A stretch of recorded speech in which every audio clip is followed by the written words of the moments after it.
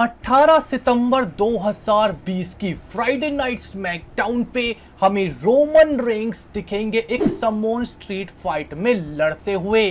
क्या होगा 18 सितंबर 2020 की फ्राइडे नाइट स्मैकडाउन में? साथ में कई सारी रेसलिंग अपडेट्स। रोंडा राउजी ने टीज करी अपनी WWE की रिटर्न। शेन मैकमैन क्या रिटायर हो चुके हैं या खेलेंगे कोई मैच?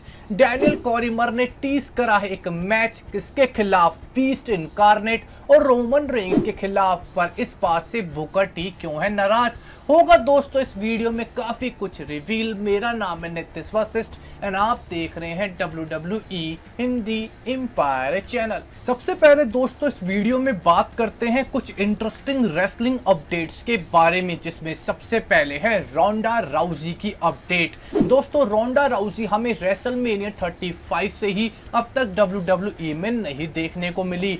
फैंस बात करते हैं कि रोंडा राउजी आखिर कब आएगी, पर रिसेंटली रोंडा राउजी ने भी अपनी रिटर्न टीज करनी स्टार्ट कर दी है। रोंडा राउजी ने रेसलमेनिया 35 के बाद से ही ये कह के छुट्टियों पे चली गई थी कि मैं अपनी एक फैमिली बनाना चाहती हूँ, जिसके बाद पहली बार वो प्रो रेसलिंग की रिंग में कुछ अपनी ट्रेनिंग्स करती हुई नजर आई। अब फाइनली रोंडा राउजी के सोशल मीडिया अकाउंट पे एक ऐसी पोस्ट देखने को मिली है जिससे साफ हो जाता है कि रोंडा राउजी हमें प्रो रेसलिंग में जरूर देखने को मिलेगी। रिसेंटली WWE ने नटालिया वर्सेस रोंडा राउजी का एक मैच सोशल मीडिया पे शेयर करा था, जिस पे रोंडा राउजी ने कमेंट करा, one of my favourite matches, such a huge challenge in so many ways, what a crazy day, looking forward to a rematch someday. यानी कि ये मैच मेरी जिंदगी का सबसे बड़े चैलेंजेस में से एक था और मैं चाहूंगी कि मैं कभी रीमैच खेल सकूं नटालिया के खिलाफ किसी ना किसी दिन। इससे दोस्तों साफ हो जाता है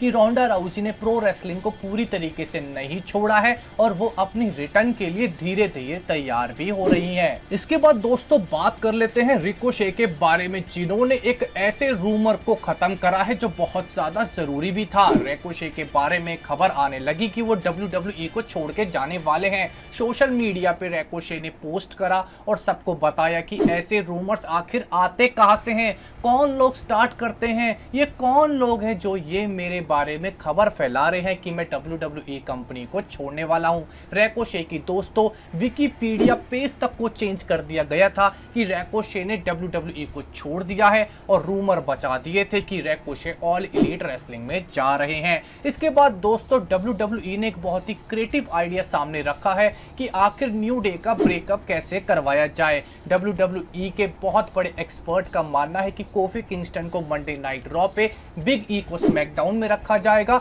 और जेवियर वुड को इन दोनों का मैनेजर बना दिया जाएगा। इससे इन दोनों में लड़ाई भी नहीं होगी तीनों के बीच में और इनका ब्रेकअप भी करवा के बिग ई को एक सिंगल बड़ा पुश दिया जा सकता है। इसके बाद दोस्तों बात करते हैं कि अगर फिन बेलर को बुलेट क्लब बनाना पड़ गया WWE में तो कौन से सुपरस्टार उनके साथ होंगे। रिसेंटली एजे स्टाइल्स ने फिन बेलर और एडम कोल को चूज करा था बुलेट क्लब के टीम मेंबर्स के तौर पे। फिन बेलर से जब ये क्वेश्चन पूछा गया तो उनका जवाब भी बिल्कुल सिमिलर निकला।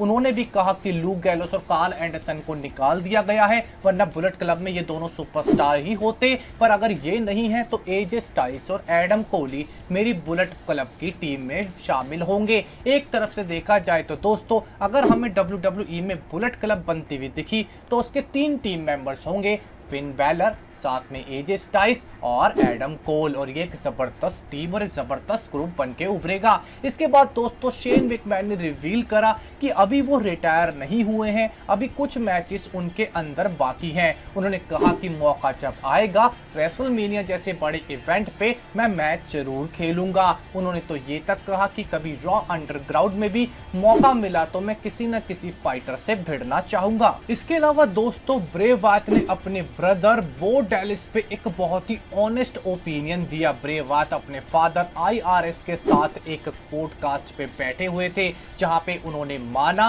कि WWE में एज अ रेसलर बो डैलिस उनसे ज्यादा बेहतर है और यही ओपिनियन उनके फादर का भी था। ब्रे वाट और उनके फादर का मानना है कि WWE को बो डैलिस के लिए कुछ अच्छा सोचना चाहिए, क्योंकि कहीं एक बड़ा टैलेंट वेस्ट ना हो जाए। मेरे अकॉर्डिंग तो बो डैलिस को ब्रे वाट के साथ डाल देना चाहिए, जो एक क्रिएटिव तौर पे बहुत ही अच्छी स्टोरी लाइन क्रिएट कर सकता है। इसके अलावा दोस्तों, विंस मैकमैन ने जेलिना वेगा को एक बड़ा कॉम्प्लीमेंट दिया। उन्होंने कहा कि जेलिना वेगा की वजह से वो मंडे नाइट रॉ देखते हैं और जेलिना वेगा की परफॉर्मेंसेस देख के उन्हें अपनी बेटी स्टेफनी मैकमैन की याद आती है, जैसी वो परफॉर्मेंसेस दिया करती थी एज ए हील सुपरस्टार। इसके बाद दोस्तों, आपको बता दें कि डैनियल कॉरिमर, जो यूएफसी के फॉर्मर फाइटर और वहां के हैवीवेट चैंपियन भी रह चुके हैं, उन्होंने अपने इंटरव्यू में रिवील कर दिया है कि मैं WWE में कमेंटेटरी तो करना चाहूंगा ही, पर मैं उससे पहले the beast incarnate Brock Lesnar से भी फाइट करना चाहूंगा, क्योंकि यूएफसी की फाइट हम दोनों के बीच में हो गई थी कैंसिल, क्योंकि ब्रॉक लेसनर ने यूएफसी को ज्वाइन करने की जगह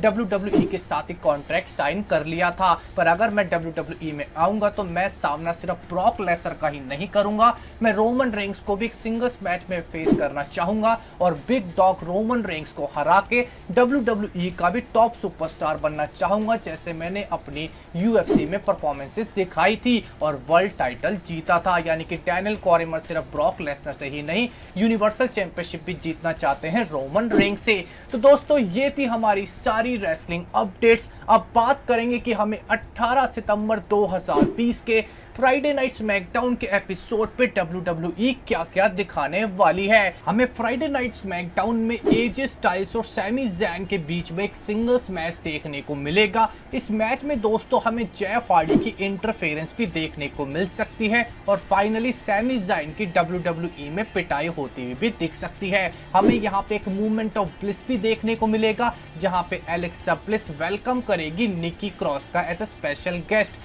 दोस्तों, एलेक्सा ब्लिस के इस मूवमेंट ऑफ ब्लिस पे हमें एलेक्सा ब्लिस की न्यू पर्सनैलिटी जो फील्ड्स के द्वारा पोसेस दिखती है, बिल्कुल ऐसा ही कुछ इस सेगमेंट के दौरान भी देखने को मिलेगा। हो सकता है एलेक्सा ब्लिस हमें ए मूवमेंट ऑफ ब्लिस के दौरान वॉकआउट करती हुई भी दिख जाए। इसके अलावा दोस्तों, हमें साशा बैंक्स की रिटर्न होती हुई दिखेगी और वो फाइनली बेली के अटैक को एड्रेस करेंगी। हमें साशा बैंक्स और बेली फेस टू फेस आते हुए शायद ना दिखे, बेली दूर से ही साशा बैंक्स के साथ एक प्रोमो में उलझे और हमें इन दोनों के बीच में क्लैश ऑफ चैंपियंस 2020 पे एक मैच भी बुक होता हुआ दिख सकता है। ये भी हो सकता है कि साशा बैंक्स रिवील करें कि उनकी इंजरीज काफी ज्यादा घातक है, जिस वजह से उन्हें 3-4 महीने का आराम करना पड़ेगा, पर वो बेली को छोड़ेंगी नहीं। इसके अलावा दोस्तों, हमें ब्रे वाट का फायरफ्लाई फन हाउस देखने को मिलेगा, जहां पे वो अपने स्पेशल एडवाइजर वॉबली वार्लूस के साथ देखने को मिलेंगे। इसके अलावा दोस्तों, हमें फ्राइडे नाइट स्मैकडाउन का मेन इवेंट के तौर पे एक समोअन स्ट्रीट फाइट देखने को मिलेगी, जहां पे रोमन रेंग्स एक टैग टीम में होंगे उनके कजन ब्रदर जे ऊसो के साथ, यानी कि रोमन रेंग्स, और हमें उनके क्लैश ऑफ चैंपियंस 2020 के अपोनेंट जे ऊसो की एक टैग टीम देखने को मिलेगी और उनके अपोनेंट होंगे शेमस एंड किंग कॉर्बिन। दोस्तों, ये एक समोन स्ट्रीट फाइट है जहां पे रोमन रेंग्स और जे ऊसो वेपन्स का भी यूज कर पाएंगे शेमस और किंग कॉर्बिन के खिलाफ। दोस्तों, रोमन रेंग्स एक हील सुपरस्टार हैं, तो आप मान के चलिए जब रोमन रेंग्स के हाथ में वेपन आ जाएगा तो सिर्फ शेमस और किंग कॉर्बिन ही सेफ नहीं होंगे, जे ऊसो की भी पिटाई हो सकती है। तो दोस्तों, हम आपसे इस वीडियो में यही क्वेश्चन पूछना चाहेंगे, क्या आपको लगता है कि समोन स्ट्रीट फाइट के दौरान रोमन रेंग्स को जे ऊसो पे भी हमला कर देना चाहिए? आप अपना ओपिनियन हमारे कमेंट सेक्शन में जरूर दीजिएगा। हमारे इस वीडियो को देखने बहुत बहुत शुक्रिया। हमारे चैनल को सब्सक्राइब, लाइक एंड शेयर, आपका बहुत बहुत धन्यवाद।